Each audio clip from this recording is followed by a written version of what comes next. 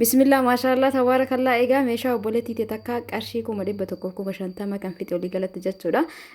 Qabadee dhufeetiin jira garuu hunda viidiyoo keessan galchine isiif ergee jira isin aga xumuraatti na waliin tura eeleen daabboo duraan qarshii kuma kudha wayii irraa kaastee asuma dhiyeenya kana jechuudha ilaa kuma soddoma galee jira amma jechuudha kamtu kuma soddoma kamtu kuma kudha shan kamtu kuma diddama kamtu diddamii shan jettanii gaafii keessa galuu dandeettanii eelee daabboo ta'eef osoo hin taane jajjabinni isaa biyya isaa akkasumas saayizii isaati irratti hundaayaa eeleen daabboo kun jechuudha kamtu tokkoffaa kamtu lammaffaa addan baasu dhiqoo nama dhiba nama beekoo ta'e malee hundumaafuu meeqa xumuraatti nu waliin tura akkasumallee immoo wanta nani beektanii miti gizee meeshaa jalqabu qarshii kuma afur jirti amma garuu ilaa qarshii kuma kudha lama deemte jirti qarshii kuma saddeet illee jira jechuudha.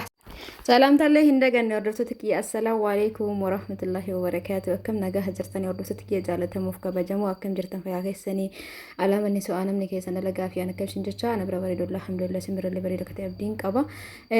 Egaa meeshaa sirra argaa jirtan kana gatiin duraatii fi gatiin ammaa hundisaatu garagara jechuudha hordoftoota kiyya maashaallah tabaarakallaa. Kan margaa jirtan kun haga qarshii kuma kudha saddeetii jira jechuudha. Ka qarshii kuma kudha lamallee jira, ka qarshii kuma kudha shanillee jira. Wanni inni qabu hundi wal fakkaatee kwaalitiin isaa garaagarummaa qabaachuu danda'a jechuudha. Garaagarummaa qaba danda'a osoo hin ta'in dhibbarraa dhibbatti. Fakkeenyaaf amma isuma kana ka qarshii kuma saddeetitti jira, ka qarshii kuma kudha saddeetitti jira jechuudha. Garaagarummaa qarshii kuma kudhanii, ka qarshii kuma kudha shanitti jira, ka qarshii kuma kudhanitti jira jechuudha. Inni guddaan kwaalitii meeshaati jechuudha. Meeshaa bituun keessan oollee qarshii kuma shan, qarshii kuma jaha, kuma afur jettanii waan gatiirra kasaa bituun gaarii miti. Akkasumallee akkaatama fakkeenyaaf silkiin bilbilli aayifoonii saamsangii teeknoo maal jedhamee jiru saam gatiin isaallee akkasuma garagara maqalleen akkasuma garagara jechuudha. Akkasitti hubadhaa maaliif namoonni baay'een gizee waa bitatanii gatiin isaa tokko meeshaan tokko akkana suura irratti tokko ta'ee gatiin isaa garagara jechuudha. Itti aansuun distiin tun akka haarawaatti galtee jirti maashaallah tabaarakallaa hedduu ijumattu nama quubsiti jechuudha. Ta'irraa diqqoo jedhamtu tana bakka hedduutu akka namatti tolti. Kan jalqabaa guddaan jalqabaa sana gara kuulamaa geetun walaalamii tilmaamatti jechuudha. Namoonni barbaadan hidhoo jettanii ordarii gochuu dandeettanii ajaan dhufaa gabaarra hin jiru baay'inaan maashaallah baay'ee takka yabbuudha. Distiiwwan duraan qarshii kuma afurii kuma shanii sunniin amma qarshii kuma kudha wayii galtee jirti jechuudha. Inni kun immoo maashaallah bakka akkam isinitti hima. Sadiin kun jajjabaadha. Ka jalqabaa sun immoo hedduu guddaadha. Walumaa galatti distii jajjabaadha kunniin. Baay'ee takka namatti tola jechuudha. Hordoftoota kiyyaa kanaaf namoonni barbaadan hidha jettanii ordarii gochuu dandeettanii meeshaan obboleettii tiyyaa qarshii kuma dhibba tokkoof kuma shantamaa ta'u malee waan muraasa jechuudha. Eelee daabbooti. Eeleen daabboo yeroo ammaa hiikoo saniin tokkoffaan qarshii kuma soddoma galee jira. Hiikoo saniin tokkoffaan jechuudha. Sanittuu hin argamu.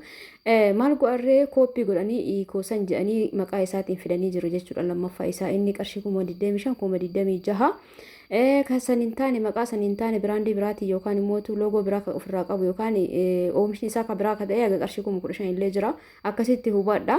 Garuu hiikoo saniin tokkoffaan ajajaan dhufaa qarshii kuma soddomaa fi kuma soddomii tokko soddomii lama kuma soddomii lamaa galee jira maaliin eeleen daabboo jechuudha. Egaa itti aansuun saanii shaklatanii yoo barbaadan firee sadii hin dhufti firee takka illee hin jirti gatiin isaa baay'ee takka xiqqoo qaaliidha garuu maashaallah sagantaa garagaraatiif biffee bareechisuu keessatti gahee guddaa qabdi. Akkanatti tadaraaraabiidha shaklaadha of eeggannoo barbaada akka listiiwwan yookaan saanii waxii itti baafatan kan biraatii miti garuu maashaallah gizee sagantaati gizee waan garagaraa qophii garagaraa qabnaa miree mana gizee jiraannu jireenya keessatti yeroo saniif baay'ee namatti tola. Saaniiwwan birallee kan itti baafatan jira garuu garagarummaan isaa kun saanii shaklaati jechuudha. Itti aansuun meeshaa obboleettii tiyyaa keessaa tokko saawonni saachiiti jechuudha maashina juusaati. Ani wanta silaa murteessaa mana keessaa dhabuu hin qabne isinitti hima jechuudha. Ammaan tana isin ijaan qalaala. Meeshaan isii tokko viidiyoo kana keessa waan jiruuf viidiyoo gochuun natti hin tolle bakki natti hin tolle kanaafuu asuma irratti waan isin qabdu keessaan isinitti hima isii garuu viidiyoo daqiiqa takka waraabee gadhiise yuutuubii kiyya irratti osoo gadhiifadheetu fayyadama garuu natti hin tolle godhuu hin danda'u jechuudha. Maashinni juusii kun murteessaadha mana keessan keessa osoo dhabamillee jedhanii osoo dhabamuu baatee maashina shunkurtii takka jedha maashina juusii lama jedha maashina daabboo sadi jedha maashina bunaa afur maashina qamashaa shan isaan kanneen shanan dirqama jechuudha. Isinitti tolle immoo calaltuu tanallee bitachuu hin dagatina.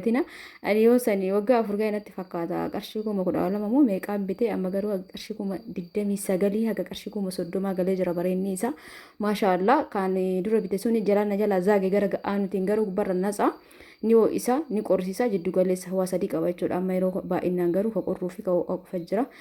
Innatti aansun elee biddeenaa tana sochootuudha tokkoffaan isii qarshii 18,000 17,000 18,800 illee jirti. Lammaffaan isii qarshii 14,000 13,000 15,000 illee jirti jechuudha. Saayizii guddaaf xiqqaa qaba.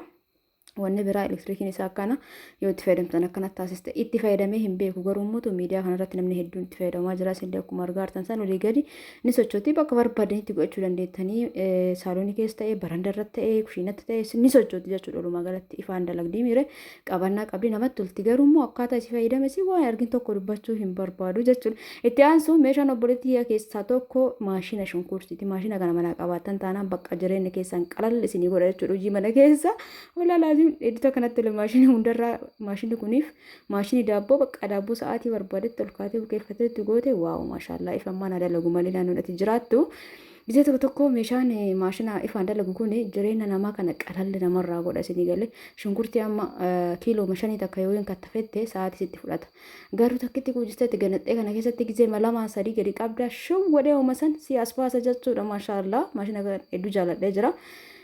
Jajjabinni isaa jettanii ani yeroo namaa bitee gisee ofii kiyyaa bitadhu ndoom lammaffaa bitadhee ka tokkoffaa sun badee garuu hagammaa itti fayyadamaa jira haala hedduu nama gammachiisuun jechuudha.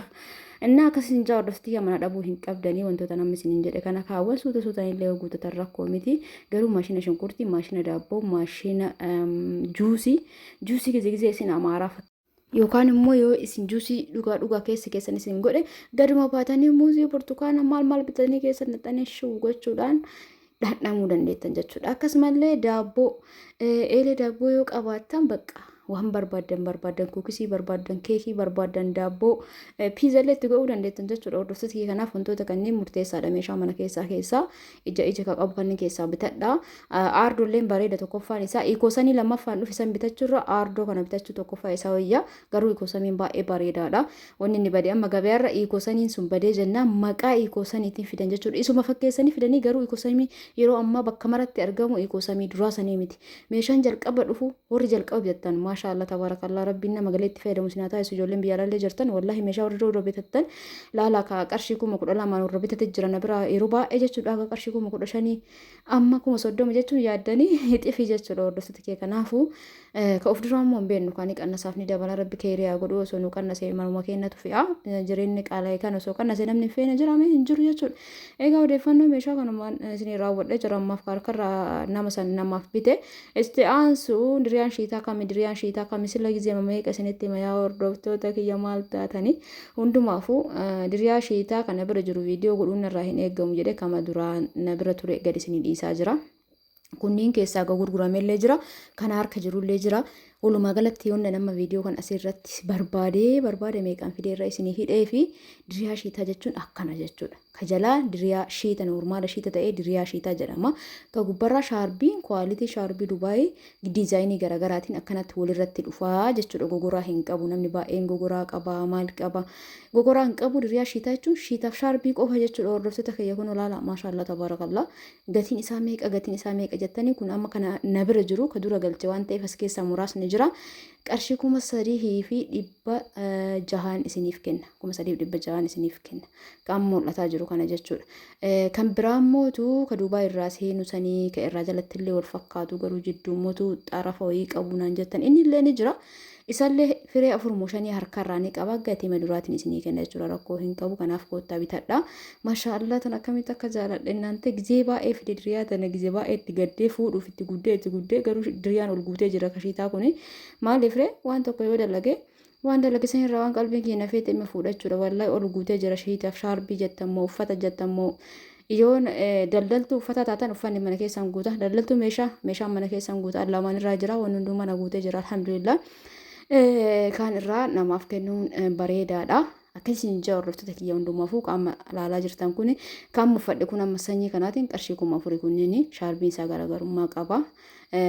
Kana gatii duraatiin isin ilaalla jechuudha namoonni barbaadda yoo jiraatan koota. Akkasumallee shaarbii wanta namni gaafattan shaarbii osoo hin ta'in fooxaadha tunni morma jala darbatamti baay'ee ho'iti bal'aamti jechuu barbaadeeti halluu garaagaraatiin na bira jirti maashaallah tabaarakallah gatiin isillee baay'ee takka rakkasa. Mulla viidiyoo tanaan duraati. namni waan nagaafateef ka qorraa ka jettu kana warra jettan kanaa miti kunniin kan morma jala buufatan hawwataaf illee ta'a. Garuu ka qorraa yayabbuu ta'ee bal'aadha jechuudha. Akka kunoo ka dhiiraa san ta'ee baay'ee saayiziin isaa guddaadha. Kunni fooxaa didiqqoodha jechuudha. Hordoftoota kiyyaa maashaallah tabaarakalla diqqee nabadaa hin qabdu guddinallee miti garuu morma jala buufatanii hedduu iti. Akkasinis nin ja'a halluu garaagaraatiin na biratti ni argattanii namoonni barbaadan heloo jettanii karaa wasaappiitiin na dubbisuudhaan nama barbaadaniif kennaa kennuu dandeettanii ofii keessaniif illee jechuudha. Shiitaaf shaarbii hedduu jira garuu waan ammoo hawaasatti dhabee fi kama duraanii fakkeenyaaf maaliif viidiyoo osoo hin taane na hubachuu qabdannatu isinitti haasa'aa jira waan ta'e qamisii shaarbii wajjin ka jettu warri jettan as keessaa ka barbaadan filattanii yookaan firii hagana barbaadan jettanii karaa keessatti na dhufuu dandeettanii isin filachisa jechuudha. Namni immoo akkanatti kallattii ilaaltanii filachuu barbaadan tiiktookii banee isinumaaf jecha achirratti waan barbaadan filattanii eegasii bahuu danda'a jechuudha. Yoo dhugaadhaan kan bitattan ta'e tiiktookii irra laayivii isiniif hin seenaa. Karaa wasaappiitti nu dubbisaatiin waan akkana barbaadee kootu na filachiisa. Maaliif bilbilli kiyya waan na jala guuteetiin istaag godhuuf suuraa baay'ee of biraan qabu. Katasa amma viidiyoo kaniinu katanaan dura gadi buuseeti jechuudha onni kiyyarraa. Kananis jaarrefsata kiyyaa akka hubatan abdiin qaba shiitaaf shaarbiin na biratti argamu hedduu babbareedaa fi hedduu mimmiidhagaa sagantaa feetan irratti uffatanii yoo gabbaatan kan isiniin saalfachiisne akkasumas manni barumsaa banamuu heedaa obboleettii sarpiraayis gochuu barbaadu jettan kunoo qamisii hijaa wajjin gatii madaalawaan gatii duraatiin isinii kenna koottaa isinumti. Inni biraa immoo diriyaa diriyaan kunniin yeroo jalqabaa viidiyoo godhee ammaan tana marsaa hedduu fide gizee torbe lamaaf sadi dura fidee jira jechuudha. Isuma kana deebisee namni waan jaallatuuf yeroo baay'ee gizee eebbaa san nama hedduu maachii fidee kaafeen harkatti ni argama sanyii kanaan jechuudha. Firee muraasaan harkatti ni argama. Gatiin isaa qarshii 3,600 qabu waan dhuftanii fudhachuu dandeettanii maashaallah akka bareeda agartanii halluun hunduu ni babbareeda. Halluu kanneen keessaa ka gurguramellee jira kan harka jirullee jira akkuma tanan duri isin jedhe ji'a darbe keessa eebba ture eebba saniif ijoolleen hedduun jettee turte bakka takka fide jechuudha dhiyoo fide kanaaf muraasni harkatti ni jira kamuu gurguramellee jira kanneen keessaa akkasitti hubadhaatiniin kottaa hordofii kudhadhaan isin jaa akkasumallee namoonni shiitaaf shaarbii firee 10 ol irraa bitatan hixaana yookaan shaarbii afaarsan eebbisiniif godha filannoo keessanii yookaan hixaana yookaan shaarbii afaarsan garuu baay'ina nama shaarbii afaaritti deebisee hixaana waan biraa fixee jiruuf jechuudha. Akkasii eebba qabdan jechuu barbaadeeti boonasii qabdan yoo firee 10 ol narraa bitattanii jechuudha 10 fi 10 ol. Akkanas jinjaa hordoftoota kiyyaa hundi keessanuu warri wanta garaagaraa nagaafattan akka walii galaatti as keessa isinii deebi'ee jedheeti yaada meeshaa mana keessa hordoftoota gochuu barbaadan karaa wasaappiitiin heloo jedhaa bitadhaa. Warri bitattaniitiin jirtan rabbi nagaan itti isinii galchuu carraaqa guddaadha warri dura bitattan jechuudha. Inni akkasii maaliif hedduun ajaa'iba eelee daabboo maashina tokko yoo ilaalu keessattuu eeleen daabboo bismillah hedduu dabaleera. Hundumaafuu viidiyoon kee raawwateeti jira halkan keerii keessa naa bulaa isin jaaladha baay'ee laayikii godha.